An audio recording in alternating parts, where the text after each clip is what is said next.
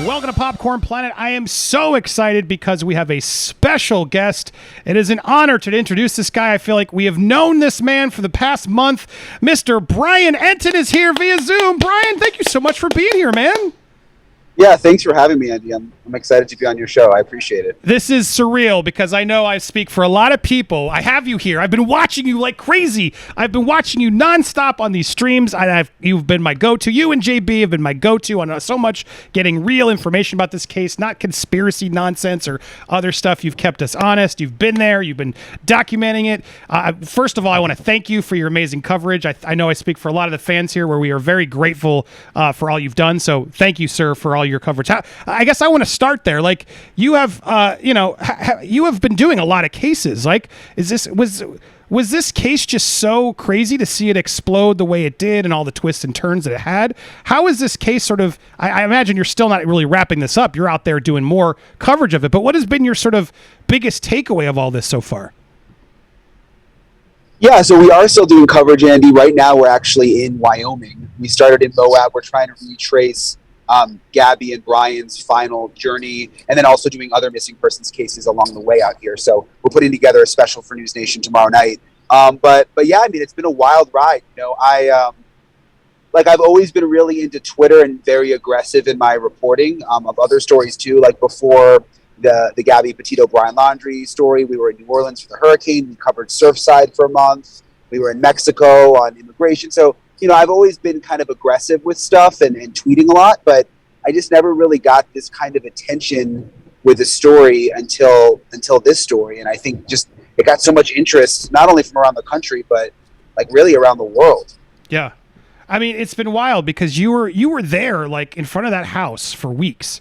Now, I don't want to pry too much, but you have like a family or so you have people at home. I think you're in Miami or something. You had to like leave your people there for a long time living in front of this Laundrie house. And I want you to be honest. What was that like having to be there all hours of the day in front of this house? Can you share a little bit of sort of the real skinny of what it felt like? Yeah, I mean, so Luis, my cameraman, and I, we thought we were just going for like 2 days. Maybe a lot of our assignments are 2-3 days. So, you know, we packed it like normal, you know, like 3 outfits that first week. I didn't know what we were getting into. I didn't know much about the story. We showed up on a Tuesday. Next thing you know, like 17 days have gone by. Like we're doing laundry every 3 days at the Spring Hill Suites, like just trying to have clean clothes.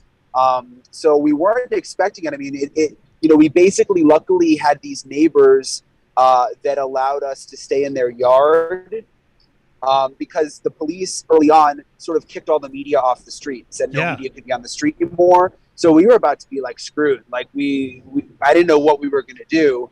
And we had made friends with these neighbors, Debbie and Keith, and they were like, sure, you can stay on our lawn. So we set up a tent on the lawn. Wow. And we basically were there for like almost 6 weeks. I mean, we had our hotel, so we would go back late at night, and we had another cameraman that would cover us and then call me like if something was happening. But we were basically camped out on their lawn most of the time. That's it. I didn't realize the extent because I figured you had a hotel and at some point. So you were at some point able to go back try and get a couple hours or a shower, but you were at points really in a tent there totally. On that lawn. My God, sir, bravo. That's wild. Yeah, I mean, we were nervous. Like, we were paranoid we might miss something, you know? So, like, we didn't want to leave a lot. But we would go to the hotel every day and shower and, like I said, do laundry and that kind of a thing. That's why. So that instinct of yours, and I want to get to this because of a couple questions. I have a bunch to get to. But have you always wanted to be a journalist, and now it's like that instinct to always want to follow things? How do you turn it off? Can you turn it off? Like, how does that work? It must be tough sometimes to, like, move... No, it's not easy to turn off, or what? Yeah, you just can't turn it off. I mean, I've tried before. Like, I'm not going to look at my phone for an hour, you know? Right. And I'm going to go on a jog without my phone, and I just, like, go crazy, especially during this story, like, because, you know, in the heat of it, like, we didn't know what was going to happen at any moment. So it's almost like you had to just be connected all the time. And, you know, once we were so invested in it, it was like, God, we've already put 2 weeks into this, like, you know, there's no turning back. Like, I don't want to miss anything. Right. So that's when we just decided we were going to stay for the duration. And, you know, for a while there, before they found Brian Laundrie's body, like, I would talk to Luis, like, I mean, oh my God, like, are we going to be here forever? Like, what are we going to do? You know, like, what if they never find him? Like, we're going to be on this lawn, you know, and luckily, like, the neighbors were super cool. But yeah, I mean, it gets kind of crazy just being there all that time, you know? Yeah, no, I imagine. So, I mean, like, bravo. I mean, to turn off that brain and do all that stuff and keep there, you don't want to miss, because there's probably you feel like you also owe all the viewers that are following you, because we're all following you like crazy to get the insight. You're getting asked every 10 seconds, hey, what happened here? What happened there? Do you feel that sort of requirement to deliver everybody the facts? Yeah, absolutely. Like, because everything was happening in real time, and people were so into the tweets that, you know, people just want. It's kind of like the of journalism. Like people. Oh, are you back? Sorry, we lost you a little bit. Repeat that question for me. No, yeah, I was just saying, yeah, there was definitely like a pressure to get the information out in real time, because people were wanting the information kind of in a constant stream, which I think is sort of like the future of journalism. Like, because that's just kind of how our minds work now. You know, back in the day, you would take all day, put your story together for 6 o'clock. And now, you know, people want it in real time. Yeah, well, and I appreciate it, because News Nation, where you work, News Nation Now, like, I applaud that. And I got to give JB another one. Like, I was so impressed with these outlets allowing you guys to also be able to, you know, work on your brand, if you will, and still get the news out real time while still reporting, you know, for the networks when need be. It was very impressive, and I applaud them for knowing the future and where things are going, because I sense you know that too. Like, yes, the station's important, and that's the boss, and that's where the main news is. You want to work for those stations, but do you agree we're all pivoting to this digital real-time reaction? Clearly, that's something you want to be a part of. Yeah, of course. I think there's a good mix there. I mean, at the end of the day, like, you know, these stations pay the bills. They need advertising. You know what I mean? Like, we have to do our jobs for the TV stations, but I think Twitter, you know, plays a big part in it. But, you know, it got tricky at times, because, you know, the whole journalism aspect, I mean, people wanted to know every little tidbit of what was happening at that house. And it's like, you know, we're not paparazzi. Right. But at the same time, people want like every little detail. So sort of trying to find that balancing act of, you know, being respectful, not being a paparazzi, but also, you know, getting all the info out there. Was there like one specific thing that you're willing to talk about now, like what you didn't want to report, like some of the, because there's been a lot of crazy parts of this, and sort of I feel like a lot of the people reporting have been like, all right, well, I guess I got to run with this theory or whatnot. But was there anything particular like, I'm not touching that, this is getting too far for even you? So there was one point where, you know, every time the parents will come out to check the mail, it was like, is this news? I mean, I know people want to know, but I'm not going to tweet every time they open the door, you know? Also, I mean, there were things we saw that we didn't report. Like, I've tweeted about it. There were hidden cameras around the house that the police put up, that, you know, we videoed, and that we knew from the beginning, but it just wasn't the right thing to go public with that until after they confirmed he was dead. We didn't want to interfere with the investigation, obviously. So yeah, there were some interesting little tidbits like that. Cause I mean, we'd see all sorts of stuff. I mean, there were FBI agents in cars doing surveillance, you know, with headsets on. I mean, we weren't going to say that and show where they were parked, stuff like that. You want to be responsible. You know, we wanted them to, you know, figure out what happened. Well, one of my favorite moments was when you got in that car chase. I guess you and Luis were in that car chase with Chris Laundrie. Yeah. And you were going down. We were following you on the live stream, and I was like on the edge of my seat. But there was a moment there where it got, you know, like, was that, I almost sensed it. You were like, yeah, you said it on the stream, like, all right, well, we shouldn't speed up. We shouldn't do this. But in the moment, it's like, where's he going? Oh my God, what's happening? We've had so many questions, and there feels like there's been things off or not being told to us. I imagine there's moments like that where you're struggling with, how far do I go with this story? Absolutely, yeah. And the live stream of the quote unquote chase was kind of one of those moments. Like, I'm like, Luis, I think we're gonna just go with this. And because I kind of debated, like, we would debate a lot, like, should we follow them today? Is it too much? Because we don't normally follow people every day as part of our job, you know.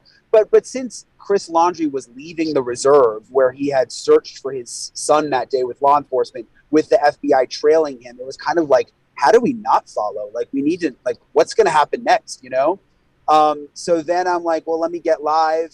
And it was a little nerve wracking because I didn't know what was going to happen. And again, I was sort of making these like ethical decisions on the fly, like, you know, but I think it worked out. And, you know, I was just reminding Luis not to speed the whole time, or like but then crazy. tilting down so we couldn't see if you were speeding. It was pretty brilliant. Yeah, I was trying. I mean, I'm just like, Luis, remember we're on the live stream. Like, We're live we right don't want to lose our jobs over this. You know? Yeah, no, you kept it very respectful. I saw it. Brian and Luis were very respectful, but it was right on the edge of what it was. It was great.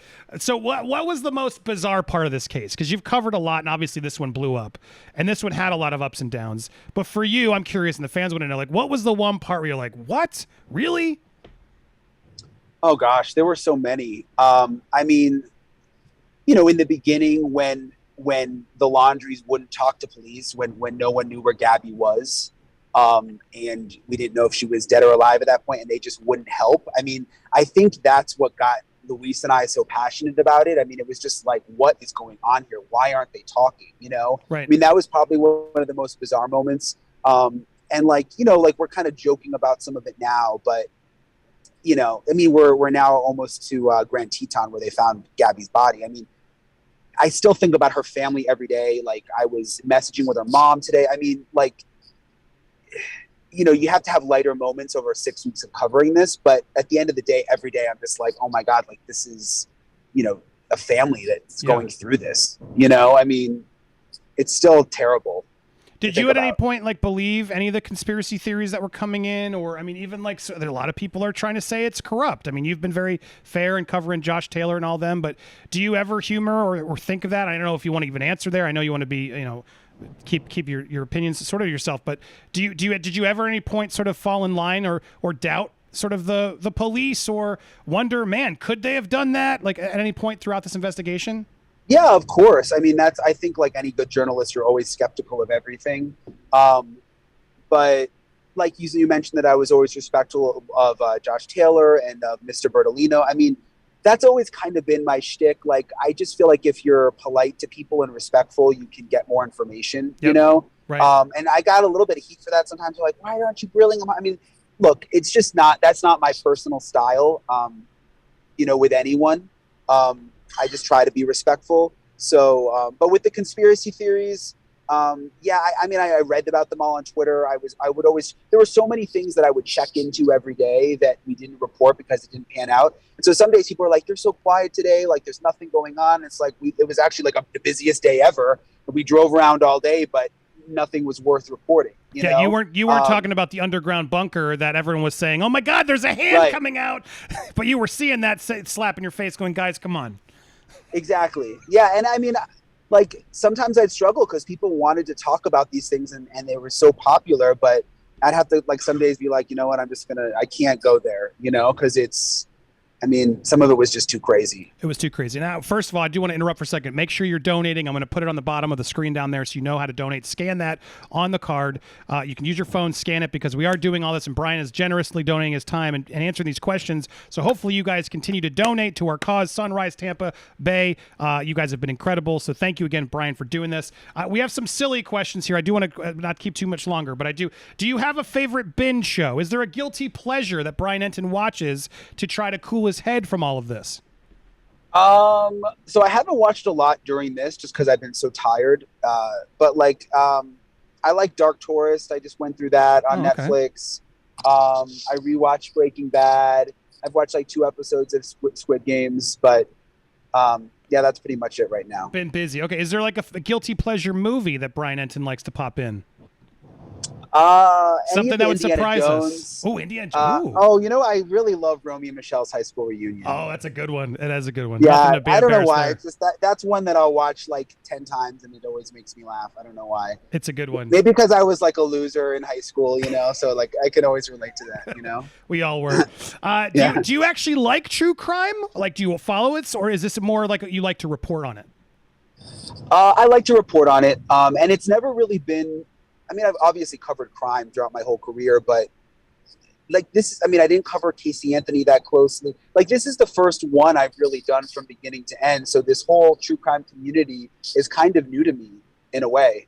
But it's a very passionate group. Yeah. I mean, and they've like welcomed me in, which has been really cool. Yeah, they've been awesome. Is there a go-to album you listen to while on the road with Luis? You guys fight over the radio?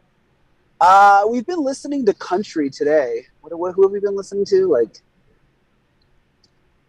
Are we all allowed to sorts of meet? Oh, country. can we meet Luis? Is he allowed to be on camera?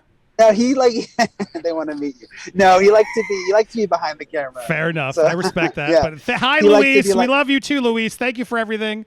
He likes to be like this. They say they thank you for everything. He likes to be like kind of the secret guy behind the scenes. I love that. He doesn't even need the credit. Good. That is a good man. Keep him there. What about, do you do podcasts? Is there something you've watched or listened to?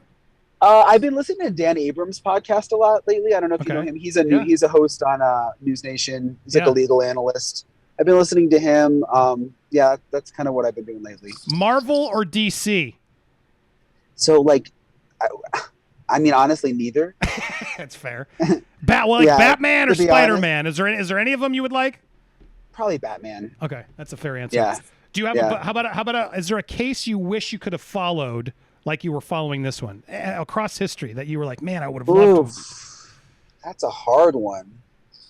Oh God, there's so many. I don't know. I'll get back to you on that one. Okay, what about is there an unsolved case that's bothered you the most? Like one unsolved case that you could solve right now. Someone would give you the answer. Is there one that you're like, I need to know the answer to this one? Well, we've been working on this case right now. It's going to be part of our special tomorrow.